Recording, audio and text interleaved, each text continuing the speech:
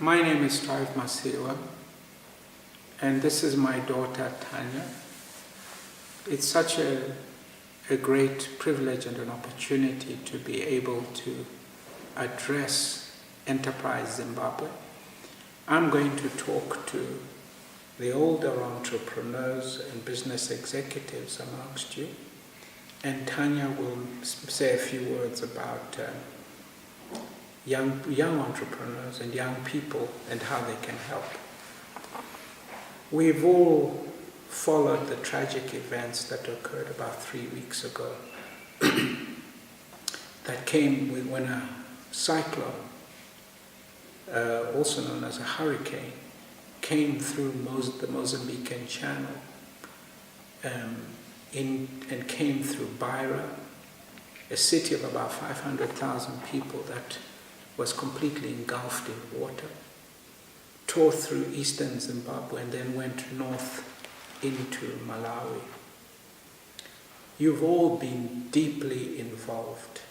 Enterprise Zimbabwe, by any stretch of imagination, has really stepped up to the mark.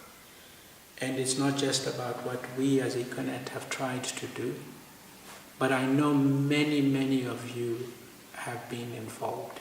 Many as customers of Econet have joined hands with us, whilst many of you have gone forward. Of course, we welcome and appreciate the extraordinary international support, as well as that of our neighbors. But we mustn't, this is really about what we as Zimbabweans can do and have done. I'm not here to talk so much about what we have done. As tragic an event as this is, if it had been a bus disaster, we would bury our dead and we would go home and we would worry about those who were either injured or survived.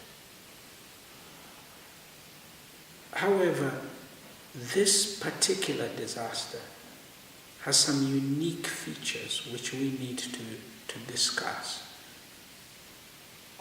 The nature of this particular tragedy can be seen from a number of scenarios. First of all, the tragic loss of life. But we still have so many people unaccounted for. We have people buried in mudslides that still need to be exhumed and identified. And these things we will do, and many of us are working with the authorities and experts to get that done. But this storm happened during harvest time. It took out the harvest for tens of thousands of families. They have nothing to eat now for the next 12 months. They will need help. The waters washed away homes, washed away personal belongings, washed away livestock. Thousands of cattle were lost. So we have thousands of people that are homeless and that are destitute. They may have survived this, but they are homeless and destitute. So when we talk about reboot, we're talking about what we can do to help them get back on their feet, to help them to rebuild homes, to help them to get children back to school. In a month's time, children will have to return to school. Many now without parents, many with destitute families. And yet we have almost 100,000 children that are in school in the area. Shall we allow them to roam the streets? No, we cannot. So this is really a call for us to stand up and go one more step, go the long haul. But let's work together in a coordinated way. A few years ago, I was invited as a business leader by the chair of the African Union, then chair Dr. Nkosazana Zuma. And she asked me to lead an effort to raise money from Africa's business leaders. We gathered in a setting very similar to what you've done today. I called around the African continent, and about 50 leaders from Africa's business community came. And we raised 50 million US dollars in what was an hour's meeting in Addis. We then asked the people that had put the money together to set up a board of trustees. I chaired the board of trustees of that group. And we had people like Aliko Dangote, Patrice Motsepe, and many other African business, as well as international business leaders who have businesses in Africa. We appointed an audit firm, Deloitte, to audit the resources. We set up a secretariat, and we began to systematically apply the resources for Africa's response to the Ebola crisis. We worked for a period of 12 months or so. We had 800 healthcare workers. We had doctors, we had nurses, we had soldiers from the African continent.